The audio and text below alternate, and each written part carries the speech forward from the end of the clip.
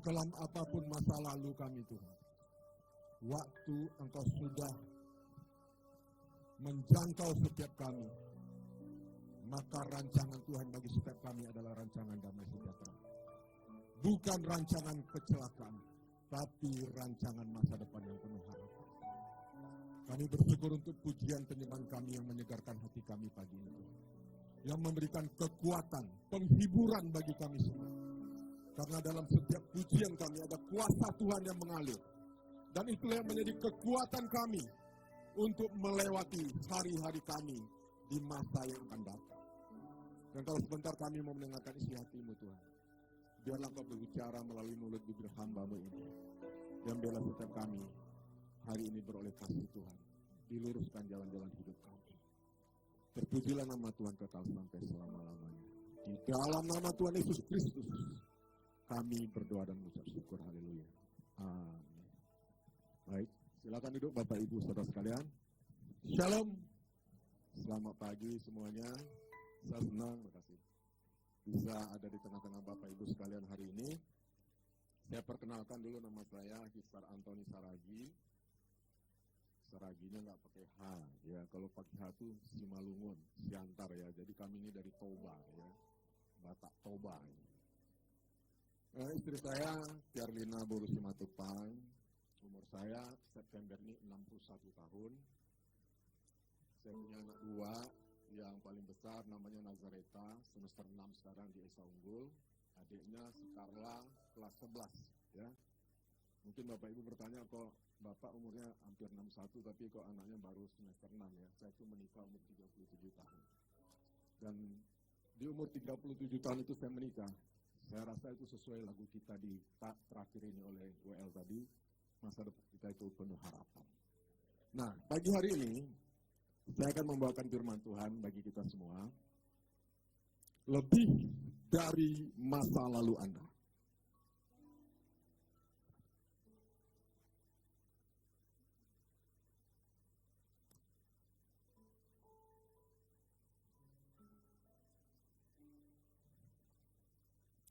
Saya cerita dulu masa lalu saya yang kelam Bapak Ibu Saudara sekalian supaya sesuai dengan khotbah saya hari ini. Mungkin Bapak Ibu Saudara sekalian beranggapan kalau hamba Tuhan itu masa lalunya itu bagus, baik seperti itu ya. Tapi saya mau ceritakan sehancur-hancurnya hidup saya pagi hari ini. Tahun 84 saya tamat sekolah di Pekanbaru, saya sekolah SGO namanya, Sekolah Guru Olahraga. Itu setingkat SMA. Sekarang SGO itu udah nggak ada, SPG juga udah nggak ada. Saya merantau ke Jakarta, nggak seperti orang-orang kebanyakan ya, merantau ke Jakarta, didoain orang tuanya, diongkosin, terus di Jakarta atau di tempat di tempat perantaunya itu ada tempat tinggal ya. Kalau saya itu nggak ada. Saya itu benar-benar kayak film-film Benjamin S lah ya, dari Ciawi datang ke Jakarta seperti itu. Saya masih ingat, saya sampai di terminal Tanah Abang itu jam 4 subuh ya. Biasanya kalau bis besar itu kan selalu bilang, ayo yang mau diantar ke rumah masing-masing naik bis yang lebih kecil. Saya nggak ada tujuan. Nah itulah saya. Akhirnya Bapak Ibu Saudara sekalian, saya tuh terdampar di Taman Monas namanya. Ya. Walaupun emasnya banyak, tapi saya nggak kebagian sampai hari ini. Di Taman Monas itu saya 8 tahun Bapak Ibu Saudara sekalian. Saya hidup di dalam dosa. Kalau Bapak Ibu pernah ke Jakarta, di air mancur Monas itu, di samping kirinya itu ada gedung Indosat, warnanya hitam kaca. Tapi di sampingnya itu ada gedung Sabta Pesona namanya. Nah saya di situ, bukan di gedungnya, karena dulu itu bedeng-bedeng di situ. Di situ saya tinggal Bapak Ibu Saudara sekalian. Sama ratusan mungkin ribuan orang di situ. Ada yang WTS, ada yang penjudi, ada yang begal, di situ kumpul semuanya. Dan saya ada di dalamnya itu. Dan saya melakukan banyak kejahatan. Tiap harinya main judi aja. Di bedeng-bedeng itu main judi aja. Itulah masa lalu saya. Tapi tema hari ini lebih dari masa lalu. Apapun yang kita hadapi, yang kita alami di masa yang lalu itu, waktu kita ditangkap oleh Tuhan, masa depan yang penuh harapan itu tergenapi dalam hidup kita. Kecuali kita nggak meresponnya dengan baik. Tapi kalau kita meresponnya dengan baik, maka masa depan yang penuh harapan itu akan tergenapi dalam hidup kita lebih dari masa lalu kita. Sepertinya kalau masa lalu saya itu untuk melanjutkan kehidupan tanpa Yesus, sampai hari ini pun saya akan tetap terperosok di dalam jurang dosa. Itulah yang saya alamin Bapak Ibu saudara sekalian. Jadi di tempat kami tinggal itu setiap hari itu ada yang ribut. Misalnya, maaf ini saya harus ceritain. Si bapak ini, istrinya yang WTS ini, nggak ada yang mesan malam itu misalnya. Itu bisa ribut. Setiap hari ribut. Itulah yang saya saksikan Bapak Ibu saudara sekalian. Dan saya ada di dalamnya. Dan waktu Tuhan menangkap saya, hari ini saya ada di depan Bapak Ibu saudara sekalian. Pesannya kepada kita semua, seberapa kelam pun masa lalu kita, Dia sanggup mengubahnya menjadi masa depan yang penuh harapan. Amin Bapak Ibu saudara sekalian. Jadi kalau ada di antara kita di sini anak-anak muda, oh aku Pak Antoni rasanya aku hancur hidupku. Kayaknya aku nggak bakal jadi apa-apa. Tapi ada kabar baik. Dia sanggup dan dia mengatakan, aku mengetahui rancangan-rancangan apa yang ada padaku mengenai kamu. Yaitu rancangan damai sejahtera dan bukan rancangan kecelakaan. Untuk memberikan kepadamu masa depan yang penuh harapan. Itu Bapak Ibu saudara sekalian. Nah, adalah seorang bapak yang mempunyai seekor burung Raja Wali. Ya. Bapak itu mengikatkan Raja Wali itu di depan rumahnya pada sebuah pohon dengan sebuah tali burung Raja Wali. Dan tiap hari burung Raja Wali itu diikat tali sepanjang 2 meter, radius pergerakannya itu hanya di putaran 2 meter itu aja burung Raja Wali itu. Setelah bertahun-tahun burung Raja Wali itu di situ, suatu ketika si bapak itu ingin melepaskan burung itu. Dan waktu dilepaskan burung itu, ternyata burung itu pergerakannya juga di radius yang sekitar 2 meter itu aja. Karena apa? Pikirannya sudah diikat hampir belasan tahun, dia hanya bergerak di situ. Dan sama seperti kita, waktu pola pikir kita juga nggak berubah, masa lalu yang kita sedang hadapi itu tetap akan berputar-putar di situ. Jadi ini soal mindset kita. Harusnya Raja Wali itu seperti ini dia. Terbang tinggi dan bisa menangkap mangsanya. Kalau kita lihat di YouTube atau di TikTok tuh dia sanggup mengangkat seekor domba yang beratnya itu hampir sama dengan dia. Itulah burung Raja Wali. Tetapi waktu pikiran kita nggak berubah, kita akan tetap seperti itu. Nah, hari ini firman Tuhan kita ambil dari Filipi 13, Filipi 3 ayat 13 sampai 14. Saya bacakan bagi kita semua. Saudara-saudara, aku sendiri tidak menganggap bahwa aku telah menangkapnya, tetapi ini yang kulakukan, aku melakukan apa yang telah melupakan apa yang telah di belakangku dan mengarahkan diri kepada apa yang di hadapanku. Dan berlari-lari kepada tujuan untuk memperoleh hadiah, yaitu panggilan surgawi dari Allah dalam Kristus Yesus. Slide berikutnya. Menegaskan ya, bahwa bersama Kristus, identitas dan masa depan Anda tidak ditentukan oleh kegagalan. Ya. Jadi identitas kita di masa depan itu tidak ditentukan oleh kegagalan masa lalu kita. Atau rasa bersalah. Walaupun awal-awalnya saya diintimidasi oleh rasa bersalah. Oh, aku pernah berhubungan dengan perempuan ini. Oh, aku pernah. Rasanya itu tersikap terus hati kita. Kenapa rasa bersalah itu? Masih bisa nggak lupa Pak Antoni tentang rasa bersalah itu? Ya enggak. Tetap ada. Kenapa kan? Pembukaan UUD 45 aja kita hafal sampai sekarang. Benar kan? Apalagi rasa bersalah kita. Tapi itu Roh Kudus itu memberikan kekuatan kepada kita untuk bisa melupakan masa lalu itu. Walaupun suatu-waktu dia bisa juga ada dalam pikiran kita. Atau luka masa lalu. Ya. Adalah satu anak di dalam jemaat kami itu, dia ini oleh papanya dia, ya, dilecehkan oleh papanya dia. Waktu dilecehkan dia datang ke rumah sama istri saya kami ketemu, dia papanya udah nggak mau lagi ke gereja, nggak mau lagi ketemu papanya. Papanya kami panggil, nangis-nangis papanya, dia juga nggak tahu kok bisa sampai begitu, kata dia. Dan anak ini sempat luka beberapa lama, tapi waktu kita terus memberi dia semangat di dalam Tuhan, akhirnya luka itu lepas. Dan dia sama papanya sekarang udah happy, enjoy kemana-mana, satu keluarga itu rasanya nggak ada lagi ingatan masa lalu. Jadi luka masa lalu itu pun di dalam Tuhan bisa disembuhkan. Karena dia penyembuh, dia pemulih. Melainkan oleh anugerah dan panggilan Tuhan yang kekal. Jadi kita ada hari ini pun itu karena anugerah Tuhan. Anugerahnya itu berarti dan sangat besar bagi kita. Itu Bapak Ibu Saudara sekalian. Nah, bagaimana kita untuk bisa lepas dari masa lalu itu? Poin pertamanya hari ini.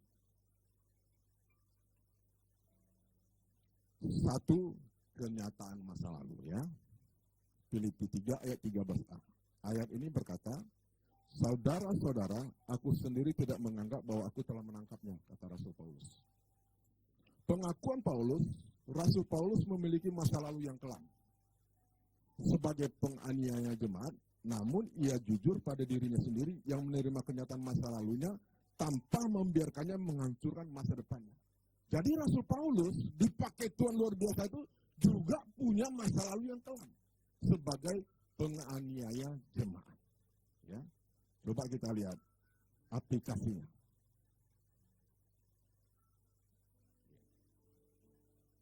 Anda atau kita semua tidak bisa mengubah apa yang telah terjadi. Ya, kita nggak bisa mengubah apa yang telah terjadi ini. Tetapi kita atau Anda bisa mengubah respon Anda terhadapnya. Yang penting itu respon kita. Kalau respon kita positif, maka yang positif juga yang akan kita dapat. Ini ya. Coba kita baca ayat Filipi 3 ayat 4 sampai 8. Bagaimana Paulus itu di masa yang lalu? Sekalipun, kata Rasul Paulus, aku juga ada alasan untuk menaruh percaya pada hal-hal lahiriah. Jika ada orang lain menyangka dapat menaruh percaya pada hal-hal lahiriah, aku lebih lagi. Dia lebih dari teman-temannya. Disunat pada hari ke-8. Ya, Yahudi tulen dia. Dari bangsa Israel, dari suku Benjamin, orang Ibrani asli, tentang pendirian terhadap hukum Taurat, aku orang Farisi, kata dia. Tentang kegiatan, aku penganiaya jemaat. Tentang kebenaran dalam mentaati hukum Taurat, aku tidak bercacat. Pokoknya dia ini bagus sekali. Ayat 7, tetapi apa yang dahulu merupakan keuntungan bagiku, sekarang kuanggap rugi karena Kristus. Malahan segala sesuatu kuanggap rugi, karena pengenalan akan Kristus Yesus Tuhanku lebih mulia daripada semuanya.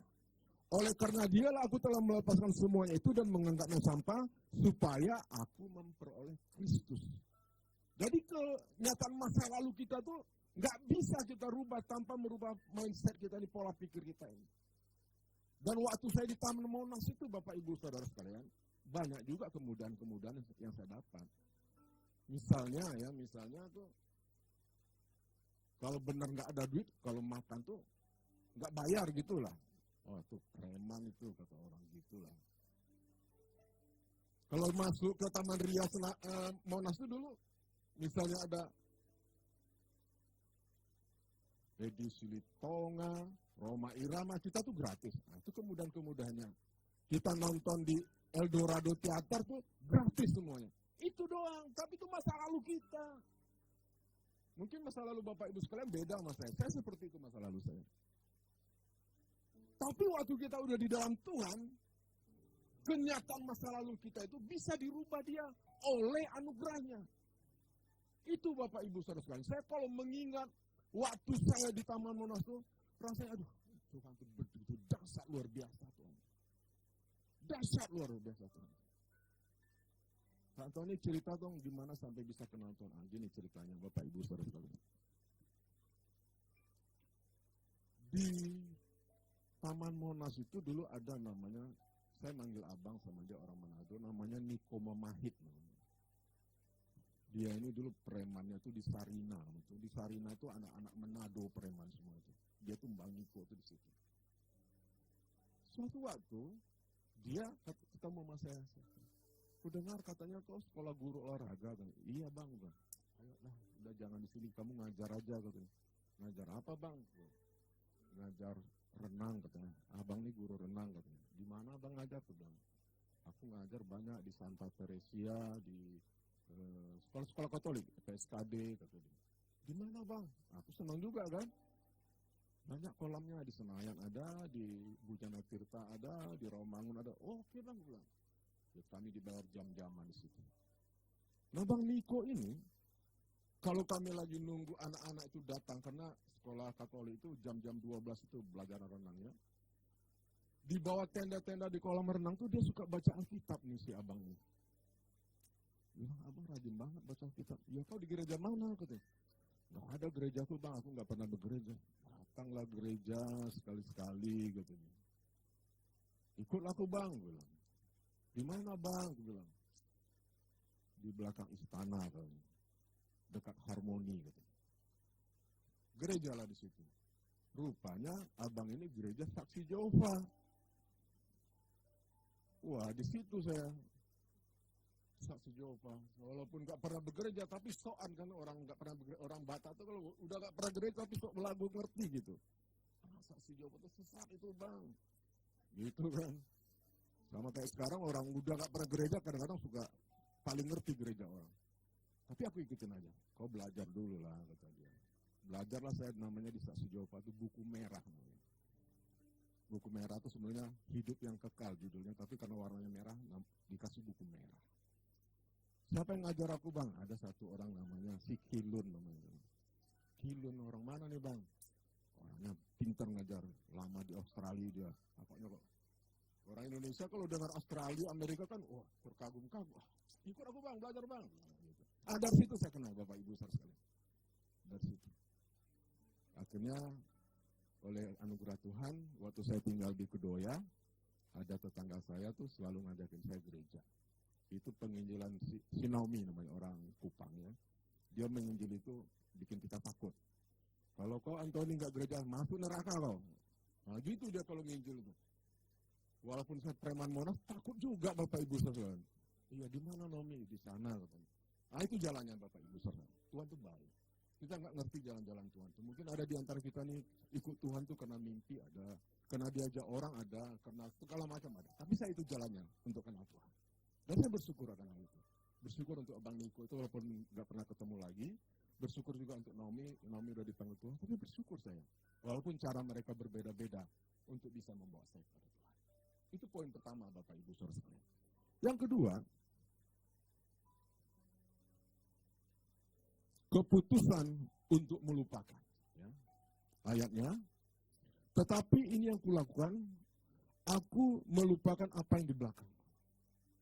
Untuk melupakan apa yang di belakang inilah Bapak Ibu Saudara sekalian. Kalau dengan kekuatan kita, pasti kita gagal. Tapi karena ada Roh Kudus, itu yang memberi terus kita tetap bertahan. Makanya Tuhan Yesus bilang, lebih baik aku pergi supaya Roh Penolong itu turun atas kamu sekalian. Tadi saya udah bilang, pembukaan UUD aja kita masih ingat sampai hari ini. Apalagi masa lalu kita. Disitulah Roh Kudus bekerja Bapak Ibu Saudara sekalian. Dia bekerja mengingatkan kita, kamu jangan begini. Suatu waktu kita mau berbuat lagi yang enggak benar, kamu jangan begini. Suatu waktu lagi begini, kamu jangan begini. Mau buruk lagi, kamu jangan begini. Itulah Roh Kudus. Dan kalau hari ini Bapak Ibu Saudara sekalian bisa hidup dalam kebenaran Tuhan, saya mau kasih kabar baik. Itu bukan karena kekuatan kita, tapi karena Roh Kudus. Nggak ada yang bisa selain Roh Kudus itu yang menolong kita untuk bisa lepas dari masa lalu kita yang kelam. Tanpa dia kita nggak bisa apa-apa Bapak Ibu Saudara sekalian. Roh Kudus itu yang memberi kekuatan kepada kita. Mengingatkan kita siapa diri kita. Definisi melupakan dalam bahasa Yunani melupakan bukan berarti amnesia atau menghapus ingatan. Ini berarti masa lalu tidak lagi memiliki kekuatan atau kuasa untuk mengendalikan emosi, keputusan, dan nilai diri Anda saat ini. Jadi nilai diri kita saat ini tidak ditentukan oleh masa lalu kita lagi. Coba slide berikutnya. Ada uang 100.000 ya Bapak Ibu. Ini lagi viral di TikTok ya, tentang seorang ibu guru yang menerangkan tentang uang 100.000. Ini uang 100.000. Ya. Kalau uang ini saya tawarkan kepada Bapak Ibu saudara sekalian, pasti mau ya, pasti mau. Tapi atau ada juga yang nggak mau, tapi pasti mau lah ya, pasti mau ya. Atau setelah duit ini saya remukkan seperti ini, terus saya tawarkan kepada kita semua, ada nggak yang mau duit 100.000? Pasti juga mau, pasti juga mau, walaupun dia udah remuk. Ya. Atau duit ini saya jatuhkan terus saya injak-injak. Ini nggak benar saya injak ya, nanti Purbaya marah ya. Nah, saya nggak injak benar, cuman saya lagi ingat ya. Nah, saya injak-injak, saya remuk-remukkan lagi, saya taruhkan, pasti tetap mau juga, benar ya. Itulah nilai diri kita. Jadi bagaimanapun kita dalam hidup ini, setelah kita diambil oleh Tuhan, apapun yang kita alami, waktu kita tahu nilai diri kita tetap berharga. Saya di keluarga saya juga dibully kok. Jadi pendeta masa lalu kayak begitu, belang-belonteng begitu. Dibully juga. Teman-teman saya juga banyak yang bully waktu saya pertama ke gereja juga begitu. Mau kemana kau katanya, mau ke gereja? Mau ngapain gereja katanya? Dia mau ke gereja lah. Dibully juga kok. Waktu kita mau lepas dari masa lalu kita dibully kita.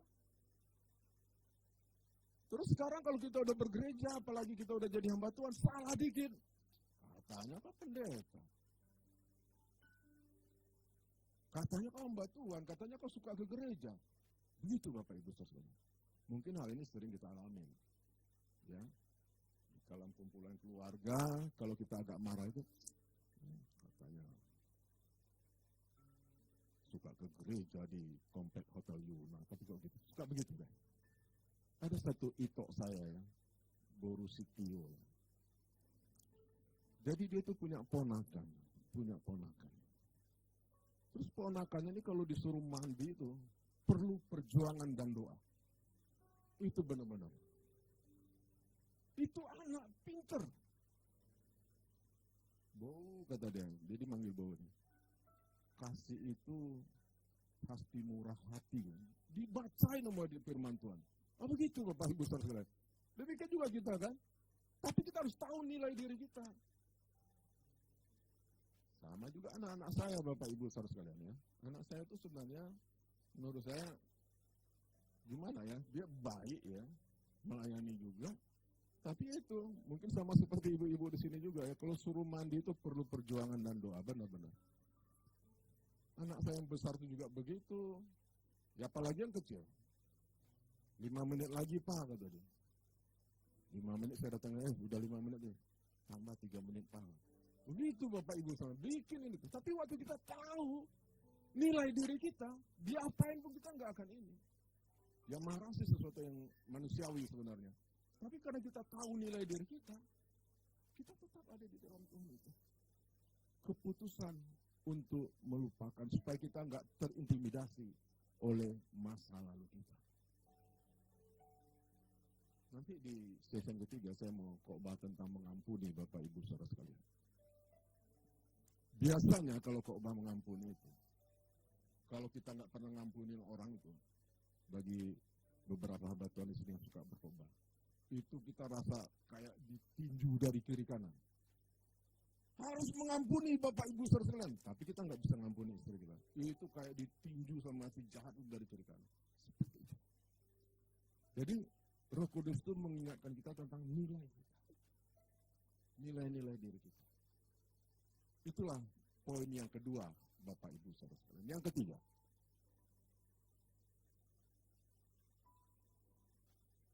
fokus pada masa depan bersama Kristus. Ayatnya Filipi 3, 13c sampai 14. Dan mengarahkan diri kepada apa yang di belakang dan berlari-lari kepada tujuan. Tujuan yang baru, fokus hidup Paulus beralih dari penyesalan duniawi menuju panggilan surgawi. Aplikasinya dalam hidup kita, setiap kegagalan di masa lalu dapat diubahkan Tuhan menjadi kesaksian dan pembelajaran di dalam Kristus. Masa depan Anda selalu lebih besar daripada masa lalu Anda. Jadi fokus pada masa depan, Bapak Ibu Saudara sekalian. Fokus pada masa depan kita. Hari ini kita sudah diambil oleh Tuhan. Bukan kamu yang memilih aku, tapi aku yang memilih kamu. Dan aku menetapkan supaya kamu pergi dan menghasilkan buah, dan buahmu itu tetap. Supaya apa yang kamu minta kepada dalam nama Tuhan Yesus akan diberikannya kepada. Itu Bapak Ibu Saudara. Fokus pada masa depan kita. Nah, waktu tahun 1999 Bapak Ibu Saudara sekalian. Gereja kami itu merekrut tenaga full time. Ya. Hari itu saya masih mengajar berenang dan saya daftar di gereja GKPB Cahaya Kemuliaan itu. Aku berdoa sama Tuhan, Tuhan aku mau fokus Tuhan pada masa depan kita. Aku mau melayani. Aku nggak mau begini terus, aku mau melayani. Dan puji Tuhan saya diterima di gereja itu dan saya bekerja di situ menjadi tenaga office Bapak Ibu Saudara sekalian. Sekaligus disuruh mengurusin pos PI di Cengkareng Indah nama komplek itu. Di komplek itu kami dengan istri saya dan ada 2 orang lagi tenaga full time baru yang direkrut juga. Kami ada di situ, tapi saya yang disuruh tinggal di Pastoris itu karena kami sudah berkeluarga. Dan waktu kami mau fokus pada masa depan ini, Bapak Ibu Saudara sekalian, begitu banyaklah godaan-godaan yang datang dalam pelayanan kami. Salah satunya dari keluarga kami, Bapak Ibu Saudara sekalian. Keluarga kami bilang, karena dilihat dia ke ekonomi kami itu kayaknya, parah banget gitu. Dia bilang, udahlah, pulang aja lah nih ke Pekanbaru katanya. Nanam sawit aja nih, banyak kebun di kami di sini katanya. Di sini aja kerja katanya. Macam-macam. Tapi kami tetap nggak mau. Dan godaan menjadi hamba Tuhan itu besar Bapak Ibu Saudara sekalian. Untuk dapat uang tuh di pelayanan itu sebenarnya paling gampang. Ya. Misalnya salah satunya tuh, kalau ada orang mau minta surat nikah, ya, minta surat nikah, nggak pernah nikah tapi mau minta surat nikah, itu kita bisa dapat duit. Pokoknya paling gampang, paling kalau kita bicara agak rohani sama orang tuh gampang banget. Tapi itu kita mau fokus, kita tahu nilai diri kita itu siapa. Dan kami bertahan di situ. Walaupun begitu banyak kekurangan, dan waktu anak kami lahir pertama si Nazareta juga seperti itu juga. Dia sakit sampai dioperasi di rumah sakit Bapak Ibu terus sekalian. Tapi kami terus berjalan, banyak godanya. Tapi kami mau fokus pada masa depan kami Bapak Ibu terus sekalian bersama Kristus.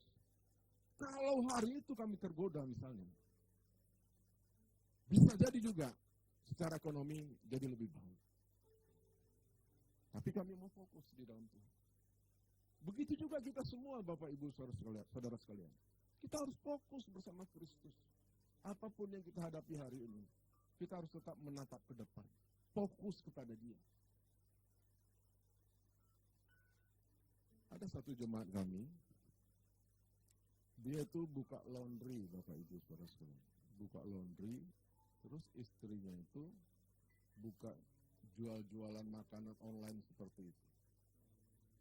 Suatu ketika si bapak ini datang sama saya, kata dia, Pak, kata dia, kondisi ekonomi kami begini. Terus minta tolong Pak, anak-anak saya yang 3 yang sekolah, Bapak bikinin surat supaya dikasih keringanan Pak, kalau bisa setengah lebih Pak dari pembayaran sekolahnya anak kami yang bertiga ini Pak. Boleh saya bilang. Nah, waktu dikasih formnya dari sekolah itu, di situ ada kalimat pertanyaan seperti ini. Apakah Bapak sebagai gembala mengenal domba yang dipercayakan kepada Bapak? Mengenal dengan baik. Apakah benar ekonomi mereka saat ini sedang dalam keadaan tidak baik? Saya bilang memang tidak baik, saya tulis di situ. Dan waktu mereka pergi ke sekolah, dikasih keringanan Bapak Ibu Saudara sekalian oleh sekolah. Walaupun sebelumnya keluarga ini sempat mau tidak fokus lagi bersama Kristus ini. Capeklah gereja lah, nggak pernah ada perbaikan ekonomi kira-kira seperti itu. Tapi saya coba menyemangati mereka, mendoakan mereka, walaupun terseok-seok seperti itu. Sekarang mereka berkembang Bapak Ibu Saudara sekalian. Istrinya udah bikin iklan, nama jual itu dapur, ada namanya gitu ya, dapur ini gitu. Cukuplah. Jadi kita harus fokus sama Tuhan. Demikian juga kami. Tahun 2020, waktu COVID Bapak Ibu Saudara sekalian, itu kontrakan yang di Cengkareng Indah ini gereja itu udah 45 juta zaman itu, tahun itu. Terus gembala senior kami di Green Garden bilang sama saya, "Ton, tawar tuh sama yang pemilik rumah tuh suruh minta harga COVID," katanya gitu. Nah, saya telepon pemiliknya, namanya Ko Aming. Ko Aming itu kontrakannya 700 rumah katanya. Orang kaya lah ini Ko Aming. "Kok," saya bilang. "Ya Pak Antoni," kata dia. "Itu rumah minta diturunin dong kok, ini situasi begini, nggak ada ibadah, nggak ada pemasukan gereja," gitu. "Loh, itu malah mau saya naikin Pak Antoni," katanya. "Hah?" saya bilang. "Nggak salah kok," saya bilang. "Iya," katanya. Saya lapor ke Green Garden. "Ya kalau udah gitu, udah tarik aja jemaat ke sini," katanya begitu kan. Hari itu jemaat itu di Cengkareng Indah itu udah hampir 40-an jemaat Bapak Ibu Saudara sekalian. Tergoda juga hati saya. Bukan tergoda, coba digodai oleh sejahat hati saya. "Ngapain Antoni kamu bawa jemaat kamu ke Green Garden? Kamu diriin aja sendiri, ganti sinode."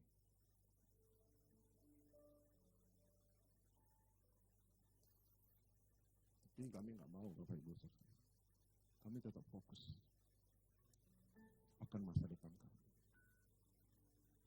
Dan waktu di Green Garden, almarhum pendeta kami, senior kami, dipanggil oleh Tuhan.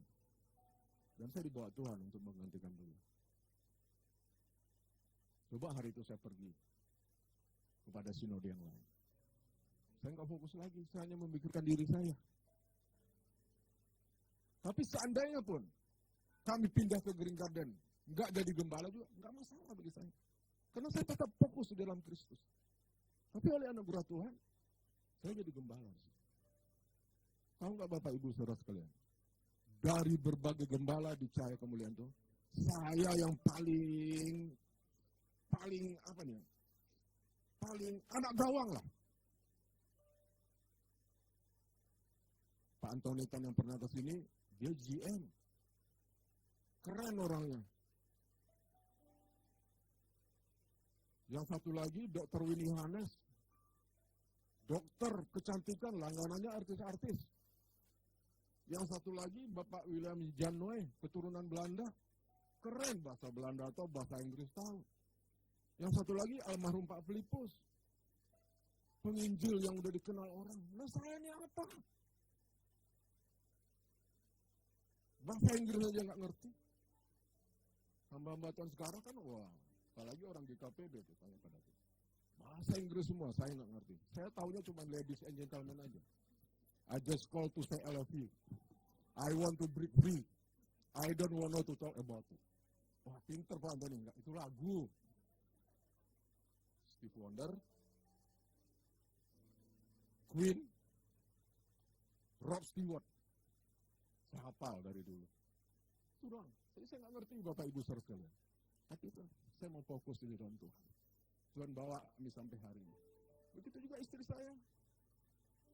Cuman taman SMA. Bilang Cengkareng aja istri saya, Cingkareng katanya. Bataknya itu masih tebal. Pengaruh Andaliman. Itu Bapak Ibu Saudara sekalian. Tapi itu Tuhan bawa kami. Menurut saya kalau kita fokus, maka masa depan yang penuh harapan itu tergenapi dalam hidup kita. Anak-anak kami juga maju Bapak Ibu Saudara sekalian. Yang besar itu si Nazareta itu dia ngajar BK, ketua kestan, pemain musik, pembicara di youth. Adiknya juga guru sekolah minggu juga, si Nazaretan. Adiknya tuh pemuji. Pemusik juga di sekolah minggu. Penari juga. Berkembang. Dan waktu saya mengingat ini Bapak Ibu sekalian, dalam setiap saat saya mau tidur, saya itu sedih tapi bahagia. Kalau saya ngantar anak saya si Carla ini, dia sekolah di Mangga Besar, itu kalau pulang tuh lewat Monas, depan RRI itu, saya lihat taman, di sini aku dulu. Tangis rasanya saya. Tapi bahagia saya. Kalau saya ada di situ, aduh hancur saya Bapak Ibu saudara-saudara. Tapi Tuhan bawa saya. Kasih Tuhan itu begitu indah dalam hidup kami. Tuhan itu luar biasa. Dia memperhatikan kita tuh detail. Dia tahu siapa kita. Dia tahu kelemahan kita. Dia tahu apa yang kita butuhkan. Itulah Tuhan. Dia Bapa bagi kita. Sama seperti kita yang orang tua di sini bagi anak-anak kita. Demikianlah Bapa itu kepada kita semua. Satu ketika Bapak Ibu saudara sekalian, kami naik motor berempat. Waktu anak-anak kami ini masih kecil. Saya membekas ini dalam pikiran saya. Waktu itu kami naik motor berempat, tahu-tahu hujan Bapak Ibu saudara. Saya pinggirin motor saya bawa istri dan saya mana anak saya ini ke suatu pojokan begitu. Saya lingkupi mereka gini dengan seperti anak induk ayam Bapak Ibu saudara. Itulah Bapak. Demikian juga Tuhan kita yang di surga itu. Dia Bapak kita. Dia perhatikan kita. Saya aja Bapak dunia ini tahu akan perlindungan kepada anak-anak saya. Saya lindungi bini sayanya yang basah. Tapi anak-anak saya itu sama istri saya giniin semua. Karena saya Bapaknya. Demikian juga Bapak kita di surga itu. Dia Bapak bagi kita. Dia tahu siapa kita ini. Oleh sebab itu bagi kita yang di sini hari ini merasa aduh hidupku Tuhan hancur, rasanya aku nggak bisa dapat masa depan. Ada kabar baik bagi kita. Dia Bapak bagi kita semua.